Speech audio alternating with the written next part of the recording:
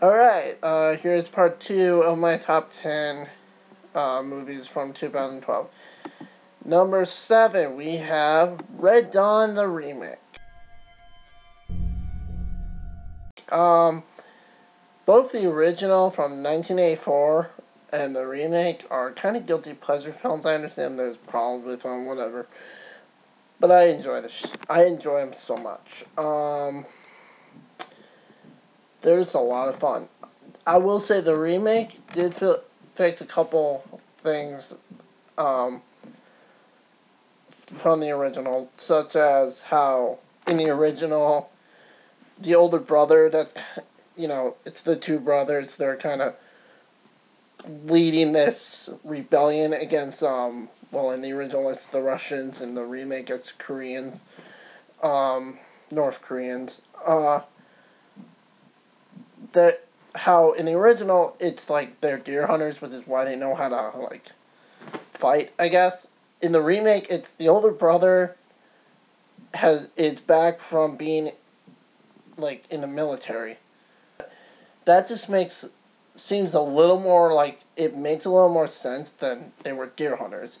It just makes sense that he would at least have some knowledge of war tactics. Because he's actually been in war as opposed to a deer hunter. It's like, well, how does he know all these guerrilla tactics in the original? Yeah, I mean, it's an action film. I mean, that's all it is. There's not a whole lot of plot. I mean, there's some, but you watch the film for the action, and it did have good action. The characters were good. I enjoyed it quite a bit. I enjoyed the idea. It was fine. It was good. I enjoyed it. That's really all I can say, because it's just like, it's a guilty pleasure film. Yeah, it has problems. But it's still a lot of fun. I love the scene where they go and rob a Subway. It's kind of hilarious. Yeah, I mean, they just did a good job with it. Now, next film, number 6, The Dark Knight Rises.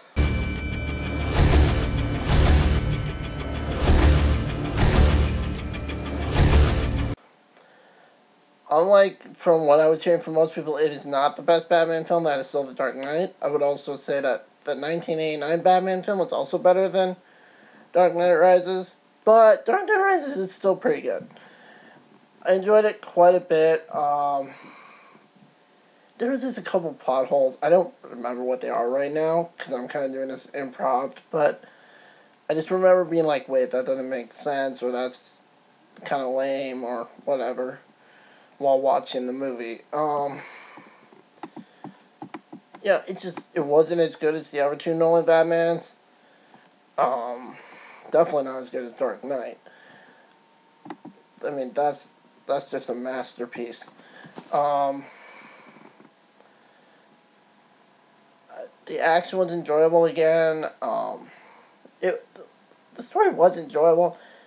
I'm happy they didn't actually have the guy who I guess is going to be Robin actually be Robin, because, well, I've heard he's good in Teen Titans. I actually think I saw an episode of that once when I was younger, but, I've seen Batman and Robin this year for the first time, and, I saw the Batman 66. I know that one was meant to be campy and all that stuff, so fine, but I just don't think Robin can be a good character. I mean, I guess if anyone would be able to do it, it'd be Nolan, or like Joss Whedon or someone, if Joss Whedon came in and did Batman, although he's kind of signed on for Marvel. But, I mean, after Batman and Robin, Batman Forever, it's like, it would have to be, there'd have to be a lot of people, like, in, like, the fandom of Batman and comic books saying, no, this is a really good, like, he's not annoying pain in the butt version of Robin for me to really be excited to see that. I mean, You know, I'm just like, Robin is a lame, whiny little teenage brat character. That's all he is to me. And Batman doesn't need him. And I think the movies, and probably the comic books, I haven't read enough, but I've seen some of the animated films like Mask of Phantasm, Batman Year One, and he doesn't need Robin. He's way cooler by himself. Anyway, I thought the ending, I'm like, if you're gonna... Alright, here's a spoiler. So if you haven't seen it, just skip a couple minutes here. But if they're going to, you know, say they're going to kill Batman, it's the end of the trilogy anyway. Do it. I mean, Nolan, you know, from what I've read, like, this was going to be his last one anyway. So it's like, fine, do it. You know, they'll remake it anyways, whatever.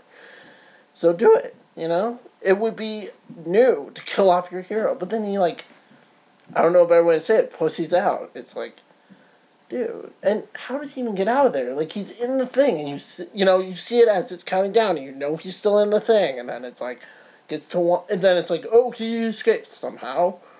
You know, we had no indication that he was going to escape, or even attempt to escape. What? It just... That was one of the things that annoyed me. It's like, if you're going to do it, do it. Don't pussy out. I mean, I know it's Batman. I know people be like, no, you know, it's the main character, it's Batman, don't kill him. And it's like, you know what? That shows you have balls also, though. I'm just saying. And it would have been awesome. It would have been new.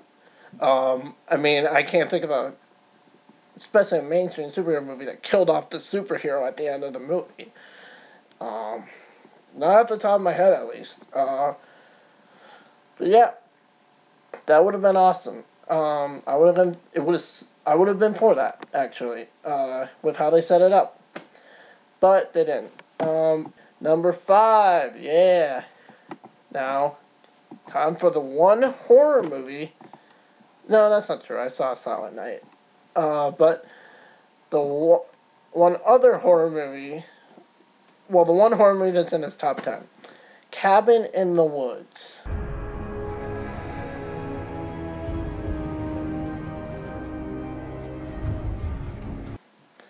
It's kind of a horror comedy, and I'll be honest, if you're not a horror fan, or haven't seen any, like, especially if you haven't seen a lot of 80s horror, you might still like it, but you're not going to like it as much. Like, there's a lot of, like, homages to, like, especially The Evil Dead, which, by the way, I can't wait for the remake, even though I'm sure it's not going to be even nearly as good. I'm still intrigued.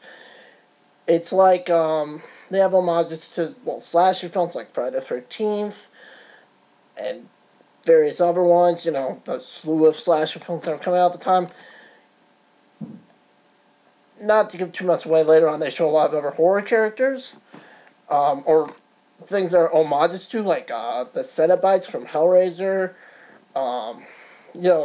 There's zombies, there's giant snakes, giant creatures and stuff. There's like werewolves, all this stuff. And there's definitely a lot of inside jokes. They have the cliches, and I'm trying not to give anything away, because that's what made it so enjoyable, was some of the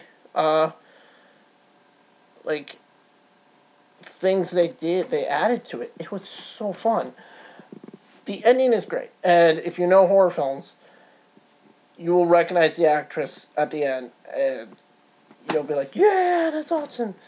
Yeah, it's kind of a big name. Well, it's not the biggest name they could have probably got, but it's a pretty big name in horror. Actresses, at least. It was a very enjoyable movie. If you've liked any scary movies at all, or even horror comedies like Shaun of the Dead, it's better than Scary Movie. Well, I enjoy those, but it's still better. I don't know, Killer Clowns from Outer Space. I'm trying to think of some. I can't really think of any right now. But it's sort of a horror comedy. But check it out. I'm about to run out time, but I highly recommend that movie. Anyway, on to part 3.